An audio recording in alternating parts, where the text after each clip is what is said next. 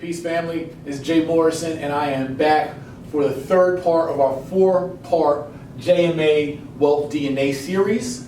And I just want to give you guys a breakdown outside of our PowerPoint presentation that you can find at jmorrisonacademy.com and get your free Wealth DNA kit as well at jmorrisonacademy.com. I want to give you guys just a nice little whiteboard, intimate, casual breakdown of what is the JMA Wealth DNA. And last part of the series, we spoke about the D in DNA, wealth disciplines, and now we're going to talk about the N in our wealth DNA, which is the wealth non-negotiables, right?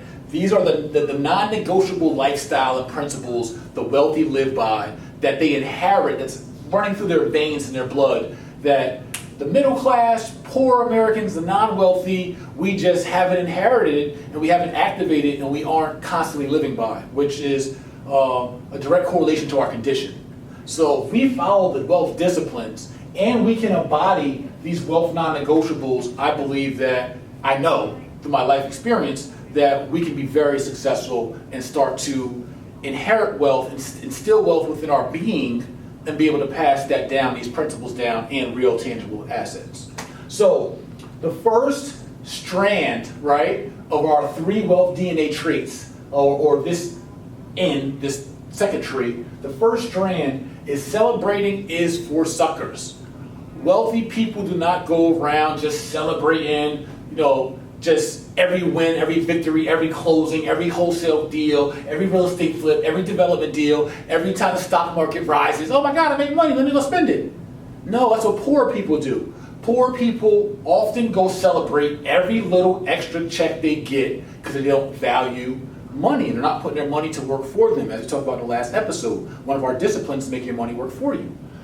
Also with celebrating, here's one of the biggest things, is when you celebrate less, you keep the energy and momentum inside for you to go out and get some more victories.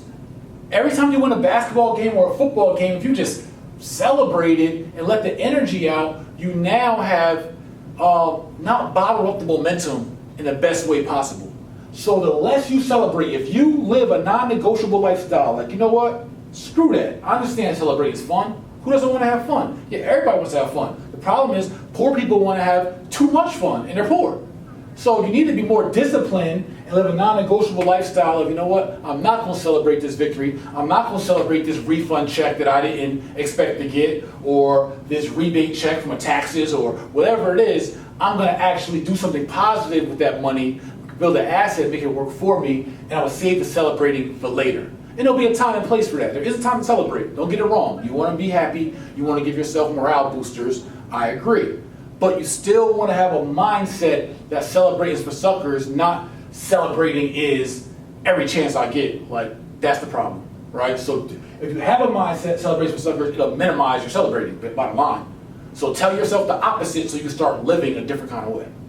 So also, and for a lifestyle standpoint, the second non-negotiable strand is killing time is a sin. Wealthy people use their time to the most of their ability. Time is our biggest commodity. It's what God gave us. It's our life. We've got 168 hours in a week. You're already going to spend 8 hours of it, to 10 for some of you, sleeping. Probably 12 for some of you. Some of y'all sleep 10 hours a day. That's 70 hours a week out of 168. You're already down to 98 hours. That's crazy. So we have to use our time more wisely, especially our opportunity time, our byproduct time, the times where it's in between commercial breaks, the time where, I'm using the time where I'm eating, I can seat at a restaurant, like every chance I get. As soon as this video is done, I'm going to go right to my phone, and I'm going to answer some emails, or I'm going to post something. I'm going to always use I'm not going to do this video, stop, and just be like, and be chilling, or get on social media and just be trying to be cool, or looking at latest gossip. You're wasting your life. You're wasting your time. I want to end this video. I'm going to get right to work for that 3 minutes before the next video. That's how you start to become and build wealthy habits and live a non-negotiable life. That's like a non-negotiable for me. Like, I don't negotiate that. I don't compromise my time. Why would you compromise your time? You need your time, right? Make the most out of it. So thirdly, one of our strands for non-negotiables of our wealth DNA is actions beat ambition. You guys are so ambitious. You want civil rights, and you want wealth, and you want a nice car, and you want a nice house, and you desire it badly, and you really want it. And Jay, I want to be an entrepreneur, and Jay, I want to be a role model. But your actions don't speak to any of your ambitions. Actions are actually you executing things and being in motion. Ambition is simply the desire, a strong desire to want something. That's it. Strong desire is not enough. You must work and put in action, and repetitive action, and persistent action.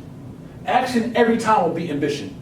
You can be the most loudly vocal, ambitious person in the world. I can be quiet as hell, excuse my language, but I will beat you every time because I'm taking action every trip. I'll beat you every time. You just look good and sound good. That's it. So our fourth strand of our non-negotiable DNA trait is losses are lessons. Wealthy people do not compromise this mentality.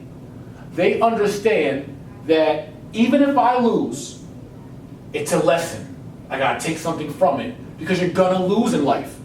You cannot be an entrepreneur and not be willing to lose and not be able to take losses. And you will not be wealthy if you're not an entrepreneur and own, which is going to be the next one. Those who own win.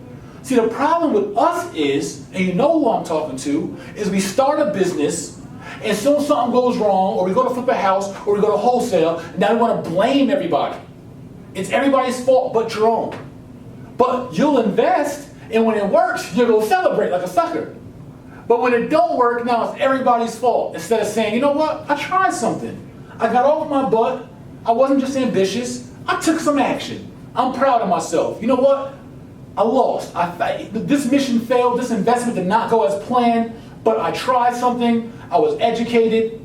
I saw it. I vetted it. I checked it, and I did it. It did not work out as planned. And that happens to me.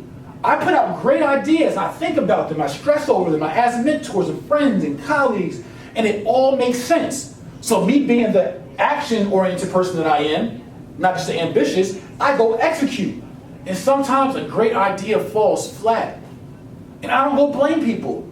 I go think about, well, what could I have done differently? What could I have done better? Oh, I should have did this. I should have niched it out. I was too broad.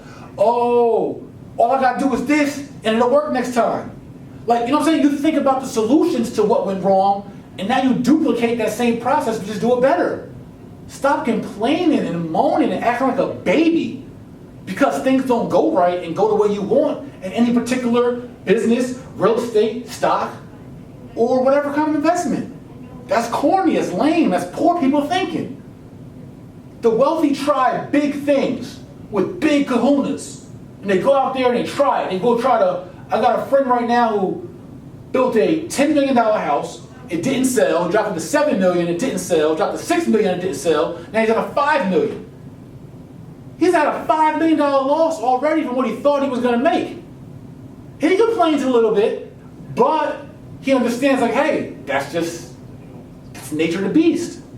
But sometimes you bet big and you win big. And then you don't go celebrate and keep it all in and go win big again.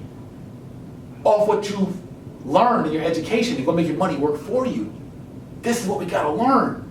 Stop crying when things go wrong. You tried. You got into it for a reason.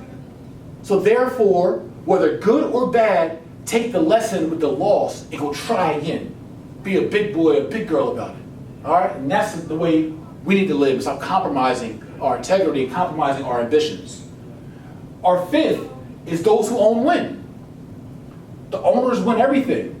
Like, I own things, but the owner of this business, the owner of this building that I'm recording this video in, he's getting paid off this. The owner of the photography and camera company, videography company that is recording this video, they're going to win because they're the owner. They're going to receive the benefit of their services in their corporation or organization, right? The owner of this marker company is winning because we're using it. It's going to run out. We're going to buy some more. The owner of this sweater company is going to win because I'm wearing their sweater. I paid a lot of money for the sweater too. I wasn't frugal about it. It's one of my rare little luxuries, right? But I do everything in moderation too, see? thought you got me. I do it in moderation. I don't got 10 of these. I got one. So my whole point is that you got to create systems. You got to be the creator. You have to be the owner, not just the employee and the participator. You got to think about what I can own. The simplest thing we all can own is residential real estate. Simplest. Period. No excuse. We all can own that. We all can own stocks. Simple. Shares of companies. Franchises. You can't start your own business, buy a system of somebody else's. Buy into their licensing in their system. But you gotta strive to be the owner and stop being a scaredy cat, an ambitious scaredy cat. How are you gonna be ambitious and you scared? That's crazy. You gotta be able to take action, understand the value of ownership. And even if you lost and then take a loss in that process, it's not a loss, it's a lesson if you stay ambitious and taking action and go on to the next part of your process. Life's a process. Just like that. So our last strand of our non-negotiable wealth DNA trait is seek mentorship and mentor others. It's very important to cut your learning curve that you get the education and guidance of mentors, which is why the J. Morrison Academy is just not videos and lectures and just an online school. No, we do group mentorship calls every other week. All my mentors do it. I've done it for 2 years in the J. Morrison Academy. Me, busy as I am, I haven't missed one mentorship call of bi-weekly mentorship calls in 2 years with my students. Because it's very important I make myself accessible to help guide them through their real estate investment careers. That's my commitment as a mentor. And so it's important that you seek mentorships, but also when you get in a position to, as you learn, go mentor other people. So outside of just who I mentor in the academy, which has been nearly 5,000 students in the last 2 years, I also have like 12 personal proteges that text me and call me and email me, hey big bro, hey big homie, hey king, what would you do? Family stuff, their girlfriends, their kids, right? I'm big bro. It's my job to mentor others. And I mentor, like, I would probably say at least 12, probably 16 or so people that I personally mentor and who have my line, have access to me and my expertise, my advice, my experiences, etc. And I'm happy to do that. And now they have their own proteges that they mentor. And that's how we build and grow as a community, as a people, and as a human race. So that is the 6 strands of our wealth non-negotiables of our 4-part series, JMA Wealth DNA. And next we're going to get onto the A, the wealth areas of expertise. So thank you guys for joining me in this video. Make sure you guys go to jmorrisonacademy.com to get your free wealth DNA kit.